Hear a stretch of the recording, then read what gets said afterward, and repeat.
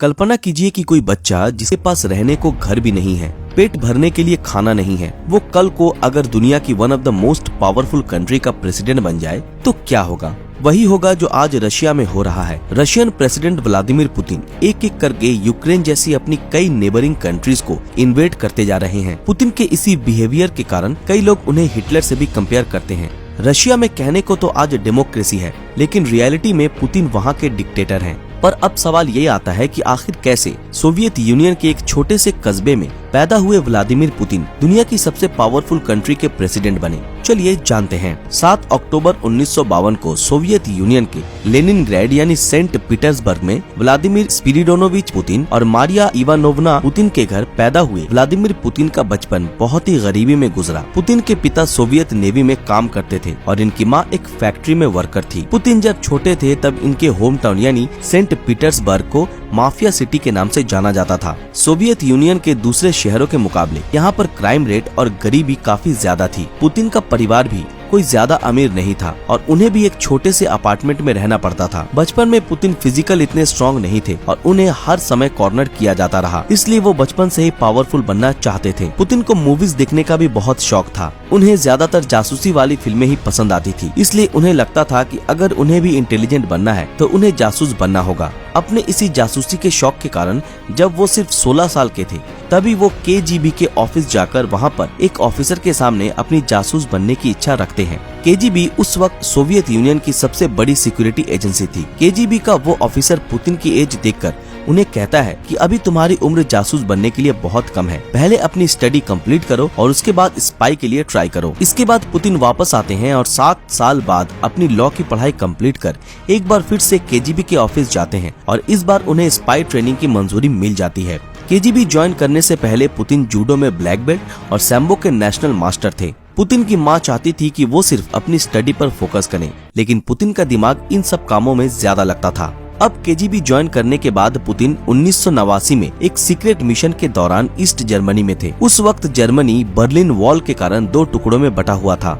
1989 में German Berlin wall को ढहा देते हैं। कई जर्मन जर्मनी के इस डिवीजन के पीछे रशिया को जिम्मेदार मानते थे, इसलिए बर्लिन वॉल गिराने के बाद कई जर्मन रशियन दूतावास को घेर लेते हैं और वहां पर मौजूद हर आदमी को मारने की कोशिश करते हैं। इस दौरान पुतिन भी उस रशियन दूतावास में मौजूद थे। एक तरफ जहां दूतावास में सभी लोग डरे हुए थे, वहीं पुतिन बड़े ही शांत तरीके से दूतावास से बाहर आते हैं और जर्मन लोगों के झुंड को कहते हैं कि अगर उन लोगों ने दूतावास पर हमला करने की कोशिश की तो दूतावास में मौजूद हथियारबंद सैनिक उन सबको गोलियों से भून देंगे। पुतिन का ये आइडिया काम करता है और वे सभी लोग बच जाते हैं। इस घटना के बाद पुतिन का कद केजीबी में बढ़ने लगता है, लेकिन इसी दौरान सोवियत यूनियन की हालत ठीक नहीं होती।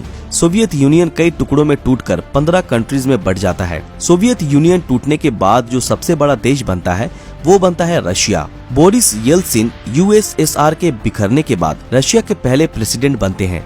बोरिस प्रेसिडेंट तो बन जाते हैं, लेकिन रशियन लोगों को वो कुछ खास पसंद नहीं थे। ऐसा कहा जाता है कि Boris Russian businessman group the oligarchs के हाथों की कठपुतली थे। रशियन लोग मानते थे कि बोरिस वेस्ट कंट्रीज के लीडर्स के सामने रशिया के लिए एक एम्बैरेसमेंट थे, इसलिए किसी भी तरह बोरिस को हटाना चाहते थे। इसी दौरान 1991 में पुतिन केजीबी छोड़कर सेंट पीटर्सबर्ग के डिप्यूटी मेयर बनते हैं। मेयर पद पर रहते हुए पुतिन अपनी पोजीशन का इस्तेमाल करके द ओलिगार्क्स को बिजनेस में फायदा पहुंचाते हैं और कुछ ही समय में ओलिगार्क्स के पसंदीदा बन जाते हैं। द ओलिगार्क्स के कारण 1999 में रशियन प्रेसिडेंट बोरिस पुतिन को प्राइम मिनिस्टर बना देते हैं, लेकिन इस वक्त तक भी पुतिन को नेशनल लेवल पर कोई खास पहचान नहीं मिली थी। पीएम बनने के बाद पुतिन को डर लग रहा था कि बोरिस यूएस और नाटो को रशिया पर डोमिनेट करने से नहीं रोक पाएंगे, इसलिए वे चाहते थे कि रशिया एक बार फिर से अपनी नेबरिंग कंट्रीज पर अपनी पावर का जोर दिखाए। पुतिन को हाथों हाथ एक मौका मिलता है। रशिया के ही एक स्टेट चेचनिया के कुछ अलगाववादी संगठनों ने रशिया के नाक में दम कर रखा था। पीएम बनते ही पुतिन ने इस विरोधी ग्रुप को पूरी तरह दबा दिया। इससे रशियन लोगों के बीच पुतिन बहुत पॉपुलर हो गए। पीएम बनने के सिर्फ कुछ ही वक्त बाद पुतिन की अप्रूवल रेटिंग 2% से बढ़कर 45% हो जाती है।